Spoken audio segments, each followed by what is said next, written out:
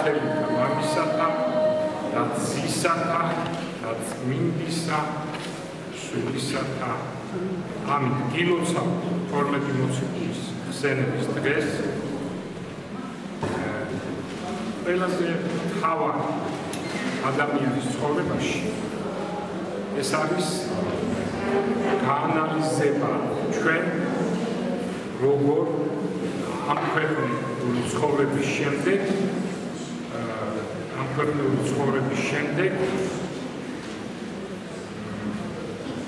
რა იქნება ამ ქვეყნიური ცხოვრების შემდეგ. თქვენ იცით რომ ცოტა რა მუდმივად რეჟიმში ცოტა ჩაუძიოთ წარმართული სამყაროს ყველაზე დიდმა წარმომადგენელმა სოკრატემ თქვა, თავარი კითხვა ადამიანის ცხოვრებაში არის ის, რა იქნება სიკვდილის შემდეგ. რატო არის თავარი სოკრატემ ასეთი გონებრივი მონაცემის კაცმა რატო თქვა ეს? აღარაფერს ვაბავშვებ, რომ ქრისტიანობამ როგორ ჩამოაყალიბეს და მომედნიო საკითხად დააყენეს. რატო თქვა? იმიტომ რომ ძვირფასებო ქვეცნობიერად ადამიანი წამს არ წამს ღმერთი თუ ჯერდი ხო თქვით რომ ფსიქოლოგიური ფაქტორი, ფსიქოლოგიური მდგომარეობა ადამიანის წამს სინამდვილეში. ადამიანი ქვეცნობიერად ხვდება რომ ეს სამყარო შექმნილია ღვთის მიერ, იმიტომ რომ ეს საოცრება რაც არის სრული უსაზღვრო გონიერება, უსაზღვრო ფილოსოფია, უსაზღვრო არქიტექტურა, უსაზღვრო გეომეტრია, უსაზღვრო მათემატიკა, ყველაფერი მეცნიერებად ჩადებულია აქ და რა თქმა უნდა ხდება ადამიანი რომ ეს ყველაფერი არ შეიქმნებოდა იმისთვის რომ გაქრე და მოგვდე. რომ ღმერთმა შექმნა იმისთვის რომ მარადიულად იყოს ადამიანი და მარადიულობას მოემსახუროს ეს ყველაფერი რასაც ჩვენ ვუყურებთ. მაგრამ მარადიულობის შესახებ არავის არაფერი უთქვამს ქრისტეს გარდა და მის 12 მოციქულების გარდა. და არა მარტო თქვენს ეს დაამტკიცეს რომ მარადიული ცხოვრება არსებობს. წარმოიდგინეთ ახლა პეტრე მოციქული ან დანარჩენები უბრალო მებადურები იყვნენ, ძმებო და დანო და უბრალო მებადურები. დღეს სოფლიოსში ყველა არა მარტო ქრისტიანები, ყველა იცნობს პეტრე მოციქულს. წარმოიდგინეთ, ქრისტე რო არამის გარიყო, არ ყოფილიყო, არამის გარიყო დრეთი და შემდეგ სული წმინდის მადლი არ ყოფენოდა მოციქულებს. პეტრე ვინ იქნებოდა ჩემო ძვირფასებო, არავის არ ემახსოვრებოდა საერთოდ. არც ერთი მოციქული და პეტრეს. საერთოდ ეს იყვნენ ერთი უგლახაკესი ხალხი, მებადურები, იმდენად ღარიბები, რომ არ შეეძლოთ ახალი ბადის ყიდვა და ამ დახეულ ბადებს კერავდნენ, რომ გაემთლიანებინათ. აი ესეთი ხალხი უსწავლელი აირჩია ქრისტემ, მოფინა მთელ დედამიწას და ქრისტიანობა მოეფინა მთელს დედამიწას. მაშინ არ იყო ამერიკა აღმოჩენილი, ავსტრალია, აფრიკის შუა რუსეთი არ არსებობდა, აფრიკის შუა და ზემო ნაწილი მომეტებული კაცჭამია ხალხი იყო. დანარჩენი სადაც ევროპა, შუამდინარეთი, აფრიკის ჩრდილოეთი, ინდოეთიც კი ყველა მხარე განანათლეს მოციქულები. აქედან ჩანს, რომ ქრისტე არამცდული არსებობდა, არამედ იგი იყო ჭეშმარიტი ღმერთი, ჭეშმარიტად აღსდგა და ჭეშმარიტად მიცა ძალა მოციქულებს. აბა სხვანაირად როგორ შეიძლება? ეს არის უთხოვარი მტკიცებულება. თქვენ იცით, რომ მაცხოვარმა უთხრა მოციქულებს.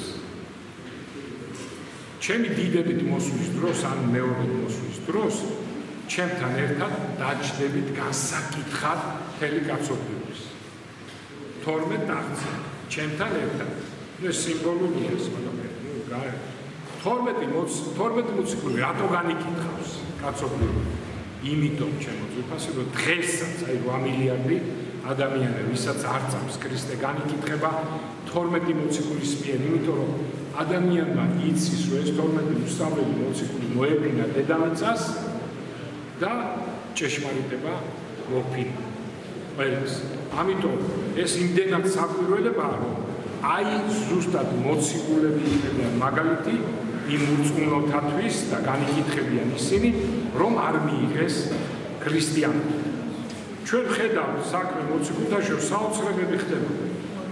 პავლე, პეტრე მოციქული, სხვა მოციქულები ხელებს დაასხადნენ, მტრებს აღადგენდნენ, იოანე ღვთისმეტყველმა 200 მტარი აღადგინა ჩემო ძვირფასებო.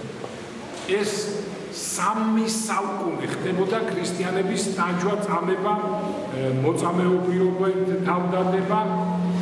რატომ? იმიტომ რომ არ ეთქვათ მე რომ აი მეფეებმა გაავრცელეს ქრისტიანობა და რაღაც ამგვარი. დაჯვა წამებაში ხდებოდა გამრავლება ქრისტიანობის. რატომ? იმიტომ რომ სასწაულები ხდებოდა. უზარმაზარი სასწაულები და ეს სასწაულები ცხადყოფდა რომ ჭეშმარიტად ქრისტიანობა არის ჭეშმარიტი. ამიტომ ადამიანი დღესაც ხვდება რომ მარადიული ცხოვრება არსებობს შინაგანად ხვდება ამას და რომ ეს მარადიულობა განაცხადა 12-მა მოციქულმა. ამიტომ განიკითხავენ ისინი თელს სამყაროს. ეხლა გამოჩნდა რაღაც ჯგუფი, ჩემო ძვირფასებო, ესე ხდება. ეხლა 12 მოციქული გამოჩნდა ჯგუფი, თბილისში გავრცელდა ძალიან ეს უბადრუკები ეს ამალეკელები, უზნეოები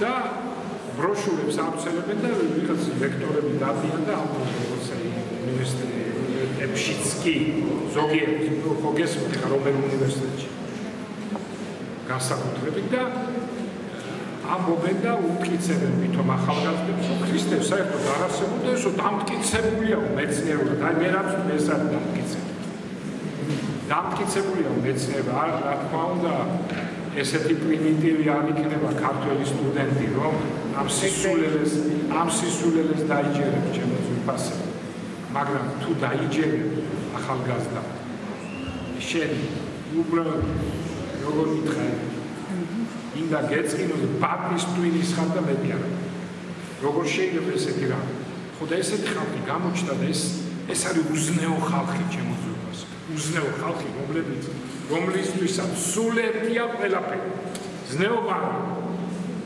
ცოლად ძმას როდესაც აღდგომის დღესასწაულია ჩემო ძვირფასებო ეს ნიშნავს რომ აღდგომის დღესასწაული კი არ თავდება დღესასწაული და მეორე დღეს კი არ თავდება და არამედ აღდგომიდან იწყება და მუდმივად ყოველდღე გრძელდება აღდგომის და სულთმოფენობის დღესასწაული ვიდრე შემდეგ მეზღვერე და ფარისეველი რომელიც არის უკვე მოსამზადებელი კვირეები დიდი მართვისა შემდგომ ისევ აღდგომა და ასე შემდეგ ესე იგი უდიდეს შემართება აღდგომის დღესასწაული და ის კი არ თავდება აღდგომის დღესასწაული და არამედ გრძელდება მთელი წელი ჩვენთან არსებობს დიდი ჯვარი